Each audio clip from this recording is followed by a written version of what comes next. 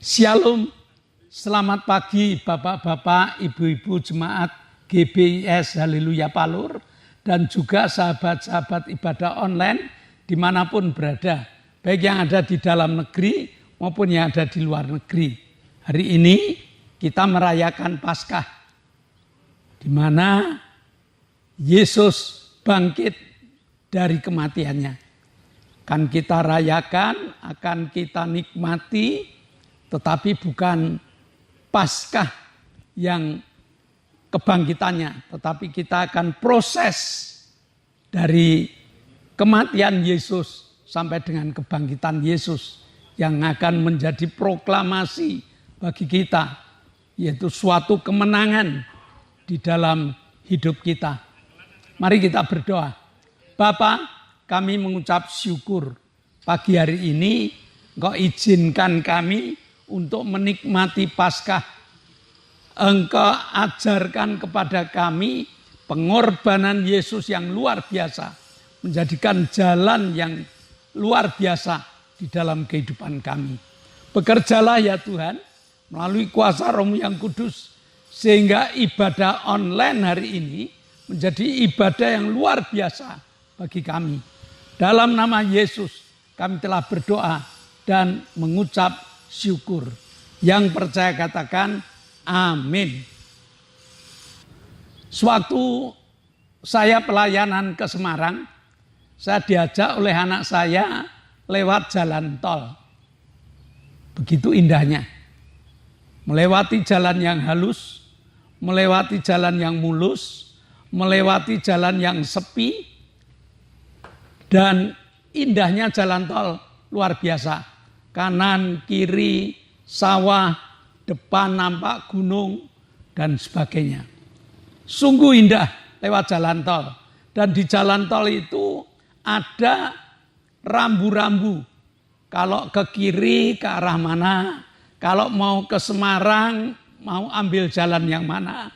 Rambu-rambunya jelas terpasang sehingga lewat jalan tol lebih cepat daripada lewat jalan biasa. Nah, di tengah-tengah saya menikmati indahnya jalan tol, saya mulai berpikir. Yang saya pikirkan itu si pembuat jalan tol ini. Mereka orang yang lebih luar biasa karena apa? Mereka rancang jalannya itu. Supaya tidak nerabas, supaya tidak nabrak, supaya tidak melewati kota yang sudah jadi atau kampung yang sudah jadi. Bagaimana caranya? Mereka rancang dengan berbagai macam rancangannya. Selesai rancangannya, baru mereka mulai kerjakan sedikit demi sedikit. Nah, saya lewat jalan tol. Saya lewat jalan tol. Menikmati indahnya jalan tol, menikmati halusnya jalan tol, dan juga kecepatannya sampai di kota Semarang jauh lebih cepat. Nah Bapak Ibu, saya bicara masalah jalan tol. Saat ini kita mempelajari satu peristiwa yang membuat Allah menyediakan jalan tol bagi kita. Yaitu jalan yang baru yang dibuka oleh Yesus Tuhan kita. Jalan yang baru yang dibuka oleh Yesus Tuhan kita. Mari kita buka Ibrani 10 ayat 19 sampai dengan ayat 21. Yang demikian bunyinya. Jadi saudara-saudara, oleh darah Yesus kita sekarang penuh keberanian dapat masuk ke dalam tempat kudus. Karena ia telah membuka jalan yang baru yang hidup bagi kita melalui tabir, yaitu dirinya sendiri. Dan ia mempunyai seorang imam besar sebagai kepala rumah Allah. Nah, penyaliban Yesus bagi orang dunia itu merupakan kemenangan. bagi orang dunia itu merupakan satu peristiwa yang nista sekali. Peristiwa yang jelek, peristiwa yang tidak ada enaknya. Bagi dunia sesuatu yang tidak mengenakan, tetapi bagi orang percaya. Penyaliban Yesus ini merupakan pembuatan jalan yang luar biasa. Nah, karena Yesus mati demi terbuatnya jalan menuju kepada kerajaan Allah. Jalan menuju kepada kekudusan. Ini dibuat oleh Yesus. Nah, jadi Yesus telah mati karena dosa kita untuk supaya kita memperoleh keselamatan. Kisah Para Rasul 4 ayat 12. Kisah Para Rasul 4 ayat 12. Dan keselamatan tidak ada di dalam siapapun juga selain di dalam Dia. Sebab di bawah kolong langit ini tidak ada nama lain yang diberikan kepada manusia yang olehnya kita dapat diselamatkan. Keselamatan yang dalam perjanjian lama itu harus melakukan ritual yang sedemikian panjang. Harus menyembelih anak domba. Anak domba ini harus umurnya 1 tahun.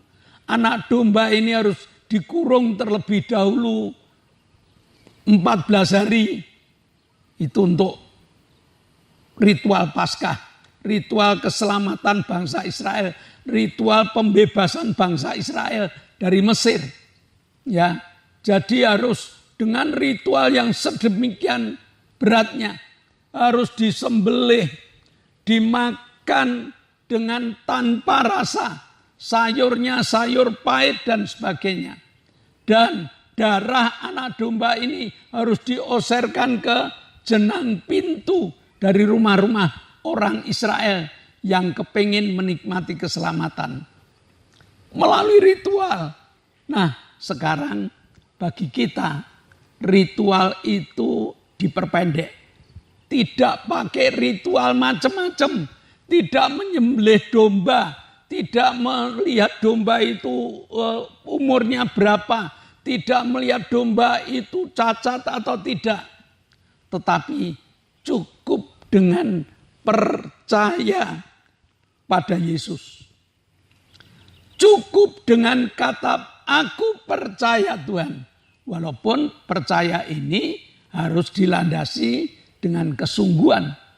Nah, kalau dilandasi dengan kesungguhan, maka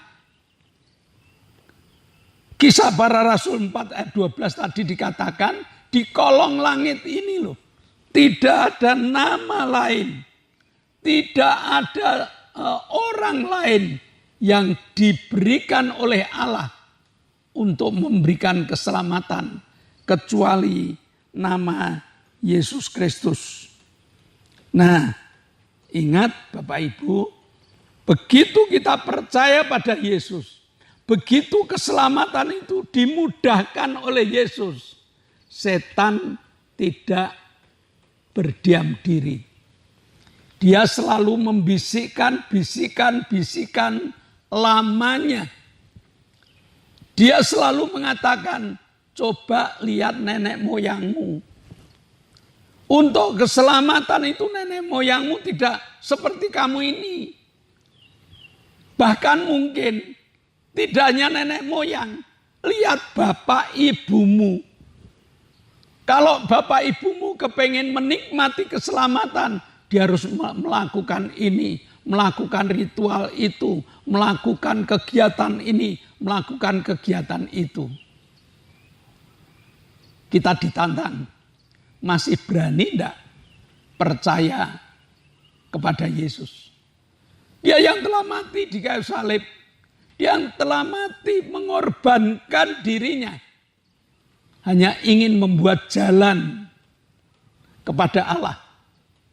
Jalan kepada keselamatan ini harus kita nikmati. Jadi hati-hati Bapak Ibu.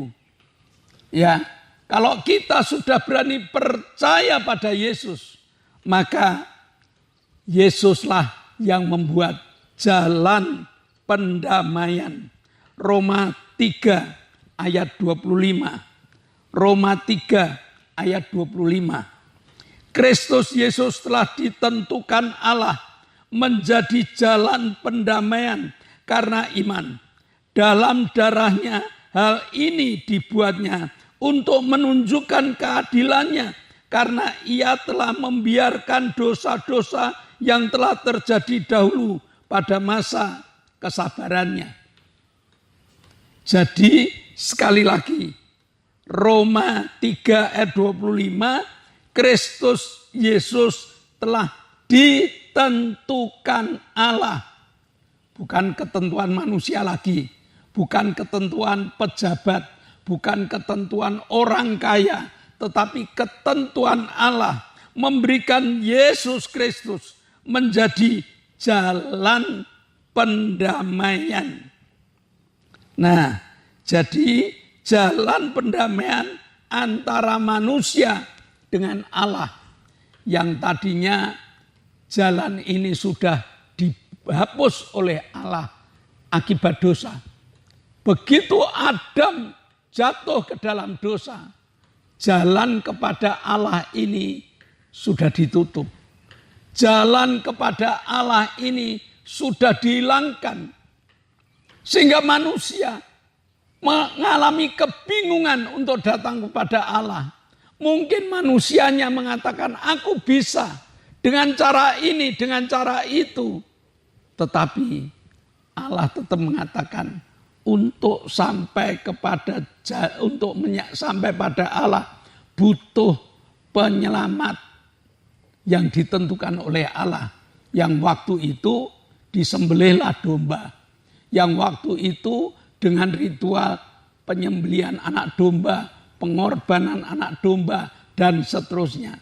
Tetapi di zaman baru, di zaman kasih karunia Allah ini, Roma 3 ayat 25, Allah menentukan Yesus memiliki kemampuan untuk mendamaikan manusia dengan Allah.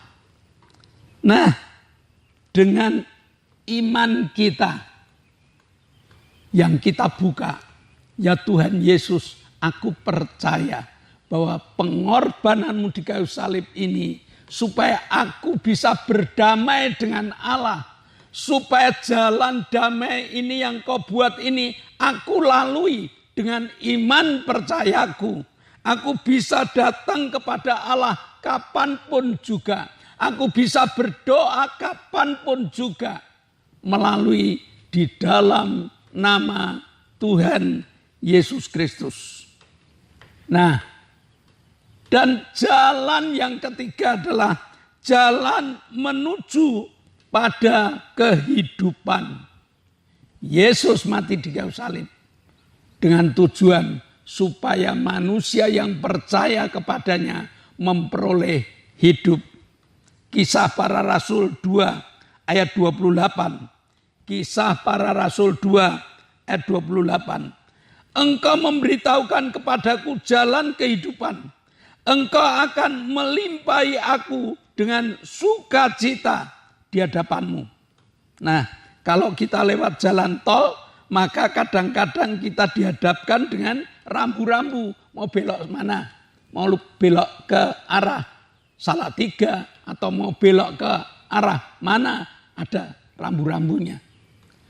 Alkitab merupakan rambu-rambu yang memberitahu kepada kita, kamu mau jalan kemana? Kalau kamu mau menikmati jalan kehidupan, Amsal 12 ayat 28 mengatakan, di jalan kebenaran terdapat hidup, tetapi jalan kemurtatan menuju maut. Sangat jelas. Di jalan kebenaran kamu akan mendapatkan hidup. Sedangkan di dalam Yohanes 14 ayat 6, Yesus mengatakan, aku inilah jalan kebenaran dan hidup. Tidak ada seorang pun yang sampai kepada Bapa kalau tidak melewati aku. Mau datang pada Tuhan, mau hidup, jalannya sudah dibuat oleh Yesus melalui salibnya. Nah, jadi pilihlah jalan Yesus. Karena hanya jalan Yesuslah yang memberi jaminan hidup di dalam dunia ini dan di dalam surga nanti. Jadi Yesus tidak hanya bertanggung jawab membawa kita masuk ke surga. Tidak hanya itu. Selama di dunia ini kalau kita percaya pada Yesus, kita pun diberi hidup yang penuh dengan kemenangan. Jadi Bapak Ibu, bagaimana caranya supaya kita tetap menikmati jalan yang dibuat oleh Yesus itu? Percaya dengan iman.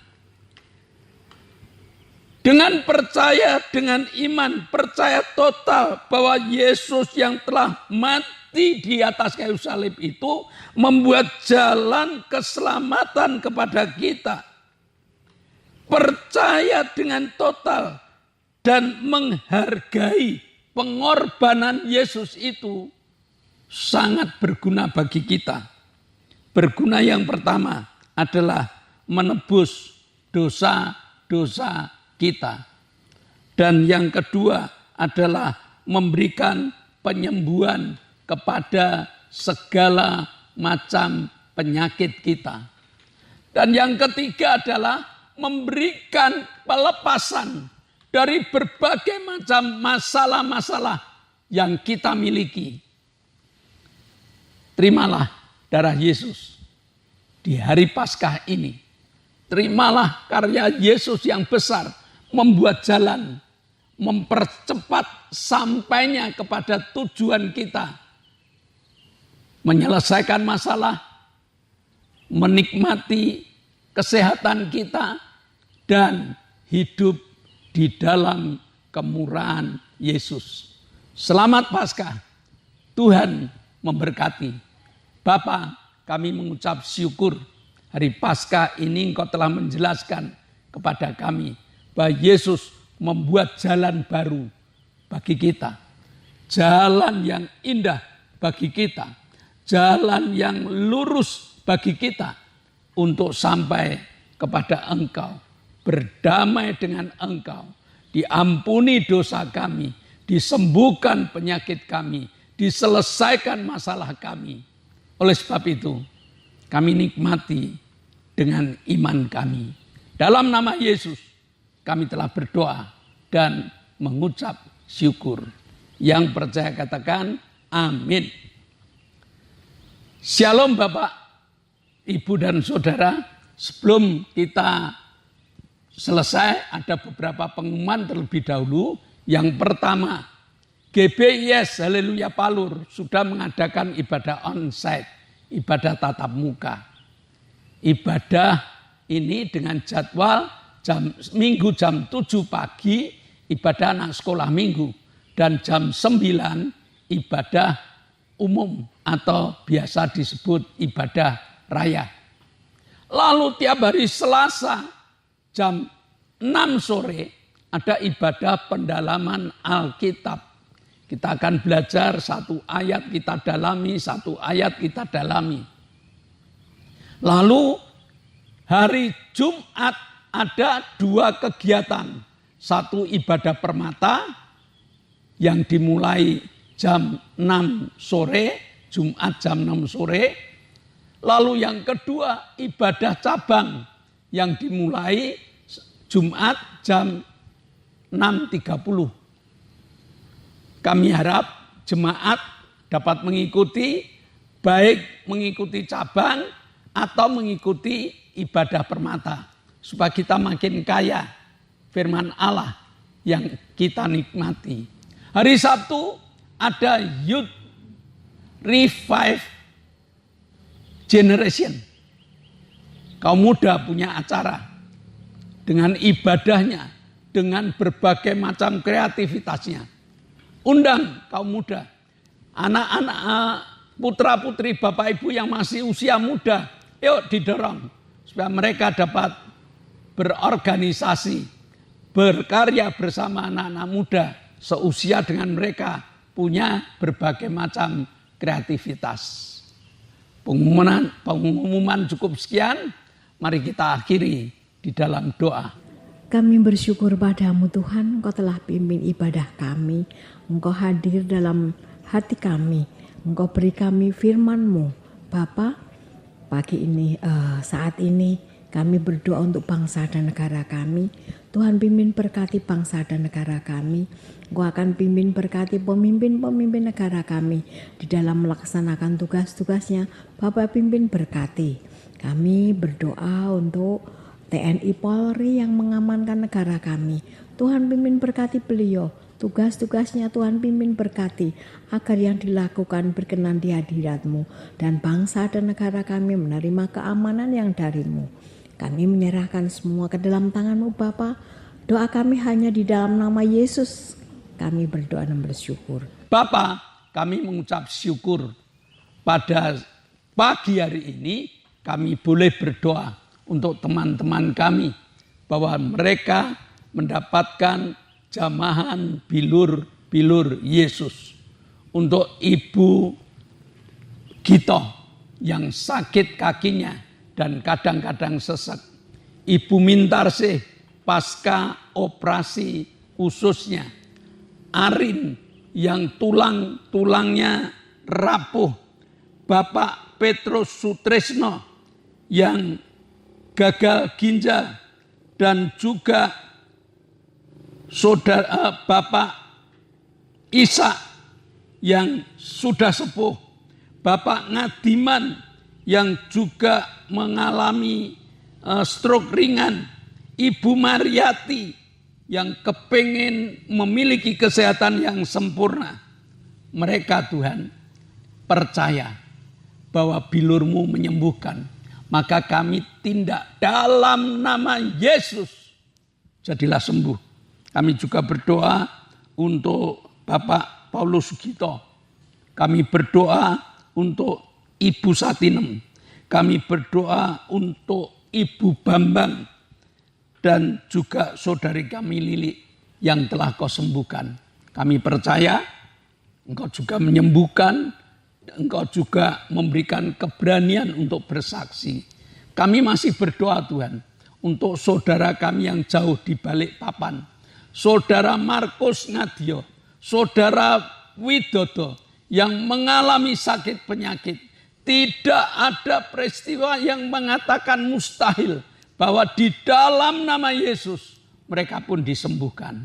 Terima kasih Bapak. Sebentar kami akan berpisah satu dengan yang lain. Namun kami percaya Engkau membuka tingkap-tingkap langit-Mu dan berkat-Mu Kau curahkan. Jemaat yang dikasihi Allah, kedangkanlah tangan-Mu. Nikmatilah berkat yang Allah kirimkan untuk engkau. Berkat untuk rumah tanggamu. Berkat untuk usaha pekerjaanmu. Berkat untuk rancangan-rancangan hidupmu. Berkat jasmani, berkat rohani. Terus mengalir dan mengalir limpah sampai setiap orang yang ketemu engkau mengatakan engkau diberkati. Dan jika kita berpisah, bawalah berkat dari Allah Bapa, cinta kemurahan dari Tuhan Yesus Kristus, serta persekutuan Roh Kudus menyertai engkau mulai hari ini sampai Maranatha Tuhan Yesus datang yang kedua kali. Yang percaya katakan amin. Shalom. Tuhan memberkati.